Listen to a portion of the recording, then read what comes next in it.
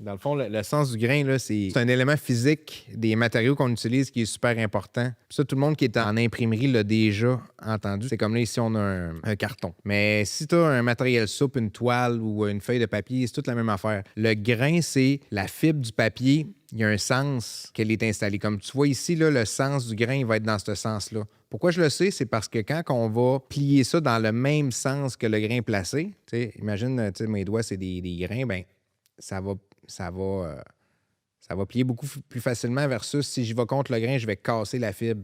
Donc, tu as toujours un bord qui plie mieux qu'un autre sur un carton ou sur une toile ou sur un papier.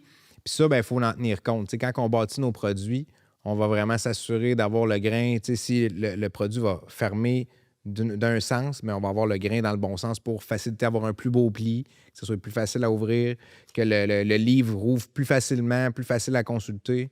Puis, ça arrive tellement souvent là, qu'il y a des livres que tu vois, tu vas acheter ça à la librairie, puis c'est pas dans le bon sens, puis ça veut comme... Il y a un de mes amis qui appelle ça des trappes à souris là, dans le domaine. C'est que ça va vouloir refermer parce que, justement, le grain n'a pas été respecté. C'est ça, le sens du grain. Super important à respecter le sens du grain.